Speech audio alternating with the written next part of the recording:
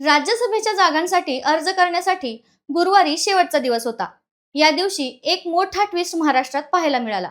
जेव्हा राज्यसभेच्या निवडणुका जाहीर झाल्या तेव्हा महाविकास आघाडीतलं चित्र एकदम वेगळं होतं. आदित्य ठाकरे, शरद पवार ज्येष्ठ नेते आहेत, त्यांचा आदर आहे, पण राज्यसभेची जागा ठाकरे गटालाच मिळावी यासाठी आग्रही होते. काँग्रेसलाही भविष्यासाठी राज्यसभेची एक जागाही अत्यंत महत्त्वाची वाटत होती. राष्ट्रवादी काँग्रेसच्या विलिनीकरणाच्या चर्चांमुळे काँग्रेस, ठाकरे गट एकीकडे आणि राष्ट्रवादी शरद पवार गट एकीकडे असं चित्र होतं. मात्र अर्ज दाखल करण्याच्या शेवटच्या दिवशी काय झालं तर मवियाकडून शरद पवारांनीच अर्ज दाखल केलाय. नेमकं काय झालं तर मवियाकडे राज्यसभेवर एकच सदस्य निवडून देता येईल इतकंच संख्याबळ आहे.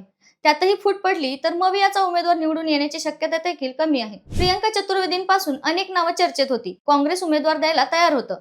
मवियात वाद सुरूच होता, पण त्यात भर पडली ती भाजपच्या दबाव तंत्रामुळे. भाजपकडून 7वा उमेदवार देणार असल्याची पुडी सोडली गेली. शरद पवारांना उमेदवारी मिळाली तर त्यांचा राजकीय अनुभव, ज्येष्ठता बघता भाजप फोडाफोडी करून आपला 7वा उमेदवार देणार नाही अशी शक्यता होती. शरद पवार यांच्याशिवाय इतर नेत्यांना उमेदवारी दिली तर कदाचित मवियातील पक्षातील नाराजी, फुटाफुटी याचा भाजपला फायदा झाला असता. त्या भीतीने कुठेतरी मवियाने शरद पवारांना उमेदवारी दिल्याचं बोललं जातंय. तसंच यामुळे भाजपकडून मवियाला शरद पवारांशिवाय पर्याय नाही, याही वयात पवारांनाच मैदानावर उतरावं लागलं असं बोललं जातंय. तुम्हाला काय वाटतं?